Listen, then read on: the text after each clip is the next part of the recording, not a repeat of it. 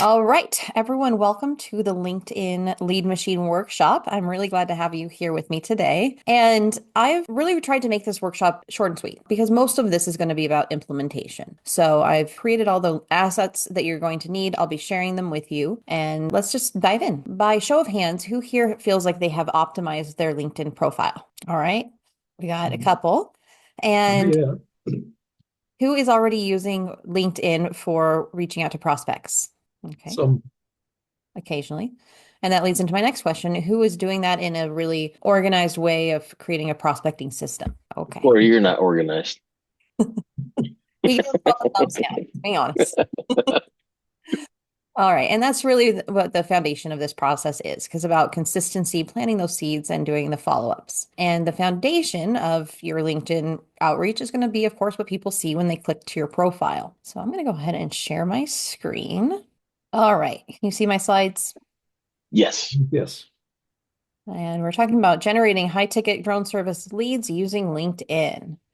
And LinkedIn, I think, is really an overlooked resource for drone services. Not everyone's very active on there or consistently active. And just like any other source, whether it's Google My Business, your website, your social media presence, there's both the attraction portion and the outreach portion. So the purpose of this workshop is to talk about both of those, about laying the foundation. So when people are clicking on your profile and checking you out, you are having relevant content that's going to boost your authority, as well as your system to outreach, create different offers based on value, not what they can do for you, but what you can do for them, and leading with that. So we'll talk about, first of all, the profile optimization. And here's a little sneak peek into those resources I mentioned. And again, you'll have access to all of these. So we'll be breaking down a lot of points of these slides into the step by step. These are the things you'll do after the workshop, right? If that's something you want to do. But before you actually go through and optimize your profile, it's wise to know what your brand is all about. So just having those pieces in place is going to save you a lot of time and effort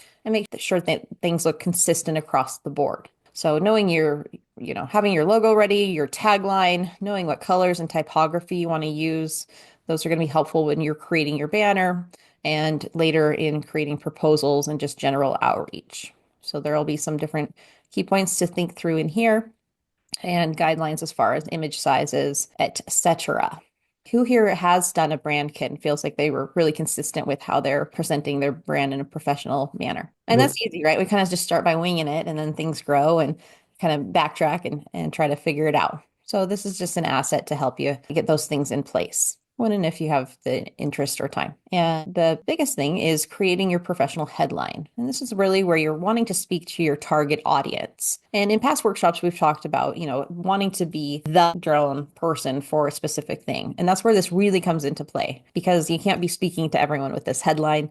Really want to get dialed into a specific audience. So, for example, that drone inspection specialist helping industrial facilities reduce maintenance is something really tangible that people are going to want. And let me let in Jamil. Hey, Jamil, glad to have you join us. We're just getting started, and I've got this recording, so you'll get access to that recording. And does anyone here have a tagline? Do you know specifically like a mission statement or your elevator pitch, what you can use to really communicate what you do, who you do it for in a concise way? Okay, so worth giving that some thought.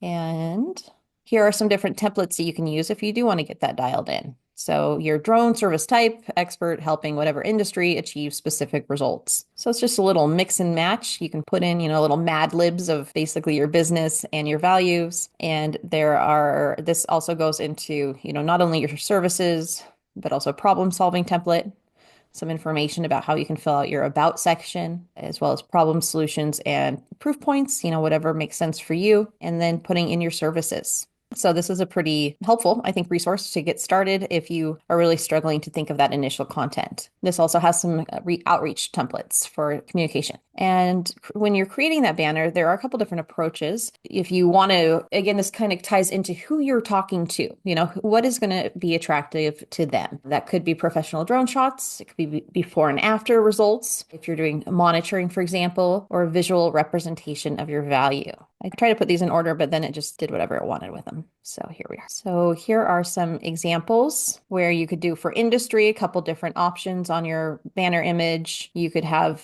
kind of that couple images and information about what you do, or that outcome based. And then this breaks down. Who here uses Canva to create images? Canva can be a really great resource to create that banner image, make sure it looks really professional, and do the overlay and whatnot. A pretty simple solution. Hi, Chad. Glad to have you join us. We're just getting started, and you will receive a recording of this. All right. Any questions so far? I feel like I'm just throwing a lot of information at you, but I do want this to be interactive. So if there's anything that you feel like I've skipped over, feel free to let me know. Hey, Sarah, I do have one quick question. That banner that you're talking about, is that something that could be added to LinkedIn? Yeah, it's for LinkedIn. It is. Okay. Yeah, I for don't know if it was for a website or wing. Okay. I understand now. it would be for your profile. Again, that you're really calling out your ideal customer. I'll put together some sample ones and get them to you afterwards if that would that be helpful? Sure. All right. And here's some more information breaking down, oops, got Chad coming back, the template as far as, the really crucial pieces of information that people are going to be searching for. So if you have those answers already in your about section and about what you do, what you offer, how you offer it, it's going to be really helpful when those people that you're attracting or reaching out to start to check you out. So portfolio highlights, your achievements, descriptions, and also industry keywords are really important. Does anyone here currently have a link to their portfolio on their LinkedIn page? So again, this is just another place where you can be showcasing your talents, your history, and growing your authority. So let's move forward. So part 2 is about your target market strategy. Again, who are you really speaking to and trying to attract? Who's your ideal client? Is it insurance adjusters, construction managers, real estate developers, industrial facility managers, agricultural operations, etc.? So let's take a look at the resources for that. And Jamil and Chad, when we started, just wanted to let you know, I'm moving through this pretty quickly because so much of the LinkedIn profile is about your implementation. So I've given an outline. We'll go through the whole process, and then I'm going to give you a whole bunch of homework pieces to help actually build out that Get it? profile. I'm What's that? trying. No worries. Okay, so here I put together an SOP for when you are starting that outreach process. So with the prospecting. Motorcycles? Nobody's part of a motorcycle. So we have target identification, and here's some different titles to search. Corey, it sounds like you have a little more experience with the LinkedIn. Have you done searching based on different titles and positions when you're doing your outreach? Oh yeah. Yeah. I find it hard. Oh, yeah. What part is hard? Getting responsive. Yeah. What's your typical follow-up process? What's that? How often are you usually following up? What's that? Okay. Okay. I gotcha. Yeah, I don't have a system process for that. Okay, fair enough. And most people don't because it sucks to not hear back from people. It doesn't make it really encouraging to continue. And then again, that's just part of the game. We never know how many touches it'll take. So the more that we can automate and detach from the outcome, the better off we'll be. So here are just some different samples of things you can be searching, different industries to focus on. And here's a workflow. So your morning routine, just the sample, of course, you could tailor it for you, but looking for previous day's responses, checking your connection accepts, sending initial messages, engaging with other people's content. People like to know that you're seeing them. So the more that you can be active and adding something to the conversation or starting it, then that's where they'll come check out your newly optimized profile. And that may also help with those connections because you look like you know what you're talking about. You look like you may have something that can help them make their lives easier. You don't have for the morning routine. I don't see in there the baby goat videos. No, but I could add baby kittens. No, goats, not kittens. Okay, sorry. So that's a sample. And then same thing with the afternoon. So just building this into your day, creating different connection requests, following up, sharing content, group discussions. And on the sheet are some different templates that you can use for that outreach that again are going to save you some time and work. You don't have to reinvent the wheel every time. You can just find what starts to resonate and lean into that. As far as the content strategy, also got an outline on here for that. So you could, for example, do industry tips on Mondays, Wednesdays are about case studies, and Fridays behind the scenes. And case studies and behind the scenes actually do attract a lot of attention. People are interested in that. That's kind of where our current kind of social media is, right? We want authenticity. So people want to know what you're doing, what you've done, how it was, the nitty gritty, not just the polished outcome. And there's some different strategies around that as well. As we mentioned earlier, commenting on other people's posts, sharing relevant news, asking questions, and sharing client success stories. Any questions about this so far? And depending on how big your area is, your qualification criteria may pretty widely. There may not be that many companies with a lot of employees. You may not be able to prospect 20 per day. So again, just tailoring that for you is going to be part of the game. And we got a chat. All right. Thanks, Corey. Saying hi to Jamil, a little shout out. Let's go now to this resource. And here's another SOP that I put together. This one is specifically for construction monitoring to help you find leads, engage with them effectively, and then nurture them into paying clients. So there are some other sources that you can use or resources for that scraping process if you don't want to go through the whole, outreach and whatever Boolean logic that we talked about earlier, but you can use tools such as Apollo.io or Hunter.io. Has anyone ever used those for any of their prospecting? Never heard of it. Okay, yeah, these are really great for scraping leads. I'm getting you started with a list, so to speak. So for cold outreach or for specifically looking for them and searching them through LinkedIn, whatever approach or both approaches. You can also use LinkedIn Sales Navigator. That's a paid tool, but that can also be helpful for just automating a lot of this process. So those would definitely be things I would recommend checking out if you're looking to scale a bit. And we talked earlier as well about creating a value proposition, right? What can you bring to the table? And so when you're crafting a clear message about your drone services, how they can help save people time and money, provide quality aerial imagery, enhance stakeholder communication, or streamline construction progress tracking. And now I'm letting Robert in. And, I did an interview a couple weeks ago with Al in Garland. He's pretty active in the group. And, one thing that he said was he discovered a lot of people liked the hassle factor. That was where he sold his construction monitoring services because so many construction managers have people blowing up their phones all the time, the subs, the owners, their managers, etc. So by having these videos and they can put them all in one place, that makes their life a lot easier as far as just being able to send them that information or give them a place they can look at it instead of having to answer each question individually. So again, what's their pain point and how can you solve that for them? Hey, Robert, glad to have you join us. We were asking people about their LinkedIn. Do you feel like you're pretty active on LinkedIn? Have you gone through and optimizing your profile? I've got a LinkedIn, don't know how to use it properly to get where I need to be at on that. All right. Well, glad you're here. All righty. So we talked about the different things to target as far as who's going to be in charge of making decisions. What are the job titles? What is your geographic focus? Do you have a criteria for company size? And again, this all really varies on who it is you are targeting. And here's that criteria again, as far as creating your own prospecting process. Let's see if we have any slides on this. So again, if you're using LinkedIn Sales Navigator, this will be pretty applicable with your process, creating your search criteria, your formulas, keywords, etc., the different filters. Now, content strategy. Again, the more that you can create, set, and forget, the better off you're going to be as far as your mental health and opening up time to be actually out flying. So it's really helpful to just maybe once a month sit down and create your content. What is it that you really want to hammer on? That can be something that really varies with the seasons as well. Like Corey has this huge freeze going on in Florida right now, treacherous bridges and things. So he might be something more related to that. Or again, those case studies that drives to portfolios before and after case study, things that people are really going to be interested in, behind the scenes, etc., and client results. So does anyone here already kind of plan out their content for the month ahead? And this is the day and age to be doing it because there are so many tools that make this really easy. Does anyone here use Chat GPT? I think Robert does. Yep. Corey, Mark, Yeah. yep, saying yeses. So this can I be do Gemini a lot more. So yeah, we all kind of have our favorites. So that can be something where you just plug in that your desire is, your interest is to create that content plan for a month and then have it do it for you, and then of course you want the human touch, you want your eyeballs on it to make sure it's all applicable and relevant. Sometimes they'll go off on a wild hair and make up stories and things. But again, that's going to make your life a lot easier and an easy way to get a professional SEO optimized content out there. Alrighty.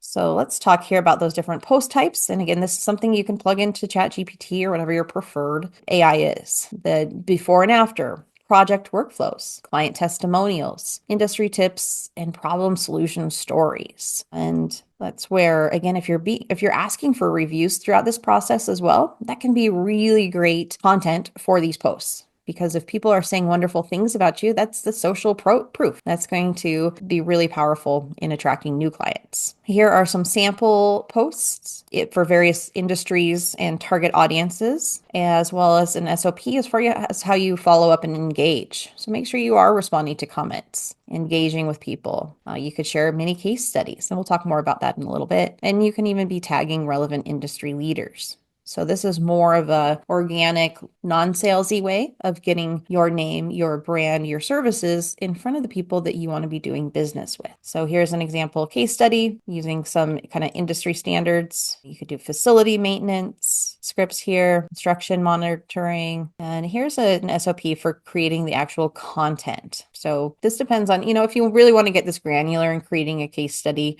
around your services, this would be what you would be doing to create that. Some of this may be beyond what we need. Really, the foundations of this are going to be that profile optimization, creating content and posting it regularly, engaging with other people's posts, and then for prospecting, knowing who you want to talk to, searching them out, and then just starting a conversation. So I want to make sure I'm not getting you too far in the weeds here. I was trying to give as much resources as I could in one presentation, but I also want it to be applicable and relevant. Alrighty, so let's take a look at moving forward. So here we've talked about the engagement formula, comment strategies, participating in different groups on LinkedIn, hashtag usage, also tagging protocols. So those people that you want to be talking to. And as far as the outreach system, let's talk about that connection strategy, personalized invitations, mutual interest points, value first approach, and the follow-up sequence. Does anyone have trouble with creating those initial connections? Yeah, that can be a challenge. So here is the process I'd recommend for creating that outreach system.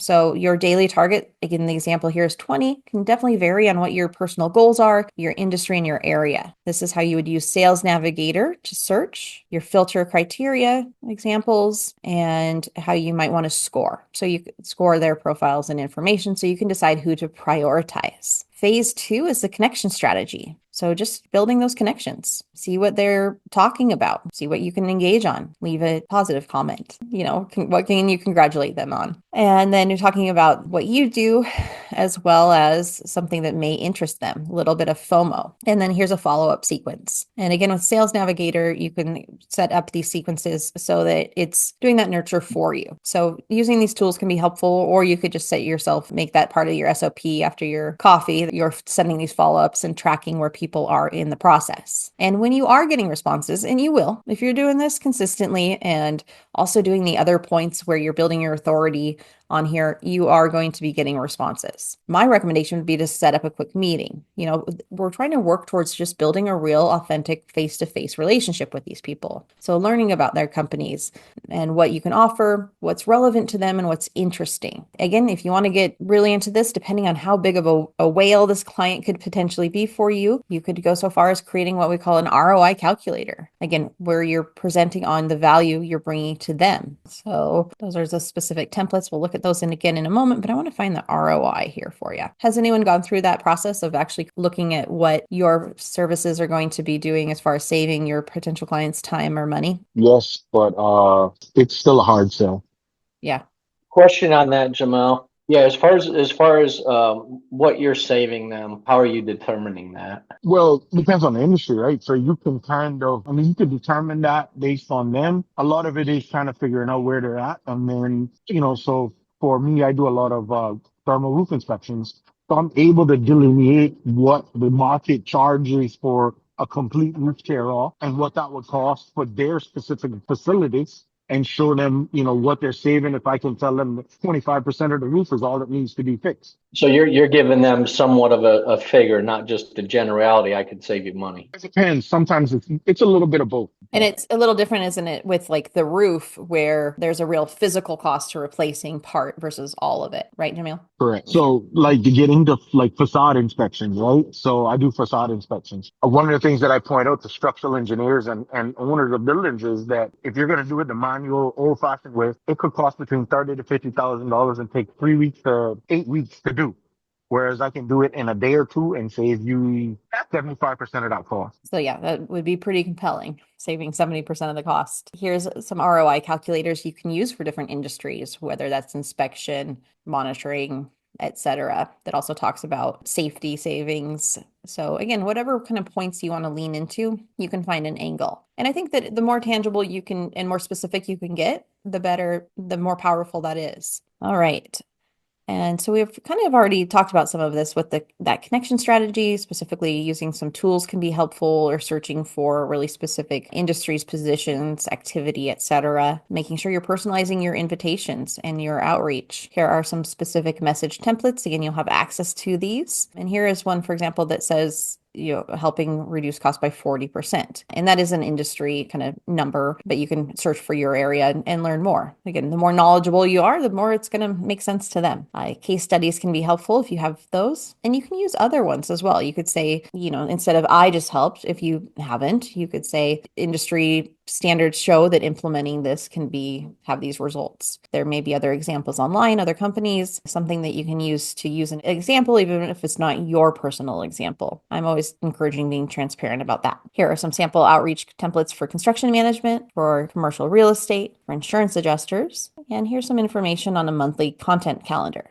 So again, even saving you some time here as far as thinking about what it is you want to be talking about each month. You can be creating your own content with whatever AI or your resources using this outline. And here is just more templates again. So you can be searching through these and just see what's relevant to you for your goals, your industry, your area, and how active you really want to be on LinkedIn. But again, if you're consistent, you'll start to see those results. Any questions right now? All right, let's keep moving. So conversation flow, again, just leading with value, learning more about what it is they're looking for, talking about what is going to resonate with them, make them more interested, your solution, whether that's pain, hassle, communication, actually financial value, etc. And then the next steps, which are all about nurturing and adding your value. Now, one thing that is going to be helpful is, of course, managing all of this. As Corey mentioned, it can be hard to stay on top of it, especially if you don't have that system yet. So we've got two different things here to look at, including the CRM. Let me put pause on this for just a moment. Who here has already begun using the Leverage Launchpad to start tracking their leads? I know Robert and I have talked a bit about it, and Jamil, but that can be something that really helpful. Yes, Jamil. Now I was just saying that I do. I do. Yep. And let's see, can you still see my screen right now?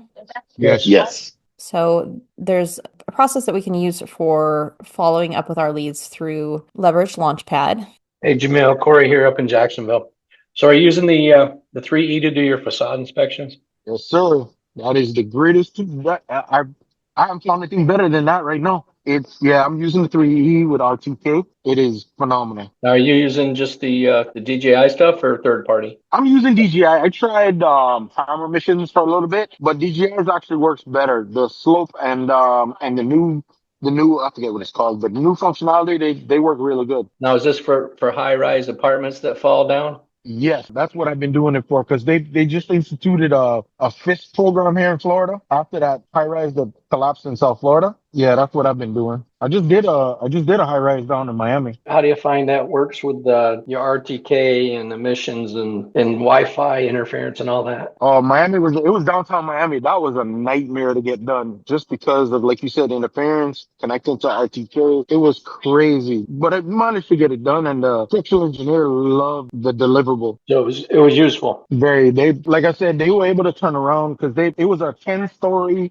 with a 14-story tower attached to it, and it would have taken them 5 weeks with scaffolding. I was able to fly that in one day, process all 4 facades, and get it back to them in 5 days. So it cut them time, and of course, like I said, that would have, the base of getting that done with all the equipment, having a lift outside there, getting all the stuff there, just the equipment alone would have been, I think they said like 23,000. Makes your pricing a lot more easy to Yeah, sell, if I huh? say, listen, if we tell them 10, 15,000, they don't even take a breath on that. They're like, sure, let's go. Yeah, we'll have to make sure you guys can connect. And for the other people, so in Florida, facade inspections are a really potentially profitable industry. A lot of cracks in the facades. Gary, we kind of had something in the Pacific Northwest too with like the Adobe type buildings with mold inside. That might have happened in your area, but always something. All right, now we were talking about the lead scoring and sales pipeline management. And actually, before we jump into that, Robert had a quick question about a low number of contacts. I would do both. I would be reaching out to making new contacts, but also be putting your content up because that's going to be there forever. right? So as long as you're building that foundation, you never know when it's going to serve you. But you don't want people making contacts and looking at your profile and you just don't have much there. So I would do both. So through Leverage Launchpad, you have the ability to create pipelines. So you could be looking at whatever construction monitoring, facade inspections, etc. Create the unique pipelines so that you know where everyone is in the process. You could create this for LinkedIn Outreach 1, Outreach 2, phone call booked, proposal sent, etc. And you can assign value to each of the different jobs as well. So that's something that can be really helpful and make it really tangible when you're looking at your dashboard, what it looks like. If you can see you've got 10 opportunities and what the value is, that's going to drive you to want to keep doing those follow-ups so that you can convert them from prospect to deal closed. There's also a visual representation in this way where you can break it down between leads and who's been won, different periods of time, etc. So that's just a really useful and powerful piece of the prospecting tool and basically CRM within Leverage Launchpad. If you need So help, is that where you set up your tickler file and for your follow up and stuff? you can, because what you could do is, when you add them, you could tag them as a new lead, and in the automation, have a series where then when you move them to, follow up to, et cetera, it could trigger sending an email. So you could get it as detailed as you want or kind of some broad workflows like that. I'm always happy to help you set those up if you want to begin the outreach process. Did that answer your question? Yes, ma'am. Alrighty. I could call it, the tickler workflow. All right, let's get back to the screen here. And so that lead scoring can be helpful as far as you could do that as far as where they are in the process, their potential value to you or their financial value, that follow-up tracking, sending out proposals, and conversion points. And of course, the more data you have on your outreach and the results, you'll know kind of where to lean in the future. And as far as the resources for this screen, for proposal, we've got some different templates here, different options that you could use, put together your package plans, what you include, and again, just reinforcing the value even in the contract. Your current costs, like Jamil was saying, this is what it would have cost you with all that scaffolding and time and labor versus this. Really powerful to make sure that proposal gets sent back with a signature and a credit card. And here are some more sequences, which again, Corey, we can have as part of your follow-up and sequence. You can have these send specifically with different trigger points when they're moving along the pipeline, or just use that as a template when you're sending an individual follow-up.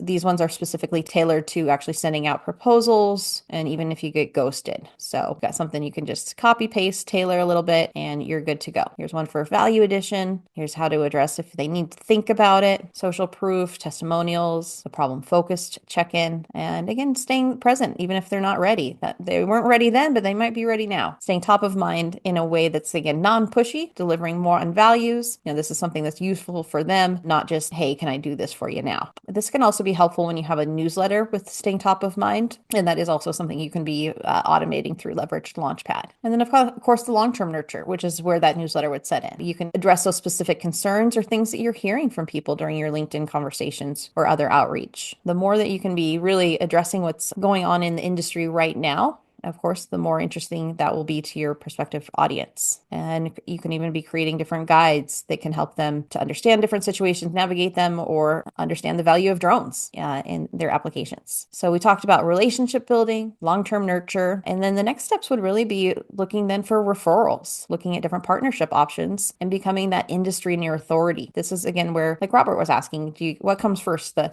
contacts or the content? And really it's both, because you want to be growing your authority throughout this whole process. And here's a sample of how to really kind of get started. So week one, you'd be leaning into just optimizing your profile, getting those updates, and setting up your tracking system, as well as that content bank, so that every week you're not having to think about what it is you're posting, just have it all ready to go. Week two, you could start that SOP, your daily process of connecting with different people, researching your targets, sending those connection requests, and engaging, seeing what they're posting and talking about and what you can add. Week three could be your content launch, engaging with your network and starting conversations. And by week four, hopefully you'll be having some sales conversations, be booking meetings, presenting proposals, and of course, tracking those results. That way you can see where you need to lean in more. If you're not having enough, responses, maybe you need to start more conversations, or vice versa. And because of course I mentioned there's a lot of information that we're throwing at you here, and a lot that you can implement depending on where you want to begin. But my question is always like, what is the fastest path to getting you results? And there is a path in here for what would be the actions to take to get the quickest results. So this is broken down into action steps. You could use this as a checklist to update your profile, really define who it is you want to talk to, what your tagline is, make everything look really polished, start getting some content on there, decide who you want to talk to, make sure you have the templates in place for the messaging, and just getting rolling. That's the biggest thing. Is just doesn't need to be perfect. Just done is better than perfect. And starting that process is where you'll start to learn what people respond to and build on that. So a lot of questions or a lot of information there. So yeah, I'm really interested to see your results. Please do let me know if you get stuck on anything. I'm more than happy to help. I've written down a couple little things that I'll be sending out, like a sample banner and just that step-by-step system. If there's any we missed here, looks like I got something in the chat. Oh, Jamil shared data from the M3E for facades. So that's pretty cool. I mean, not for the building people, but for the image. And of course, if you need help setting up your follow-up process, I'm more than happy to help you.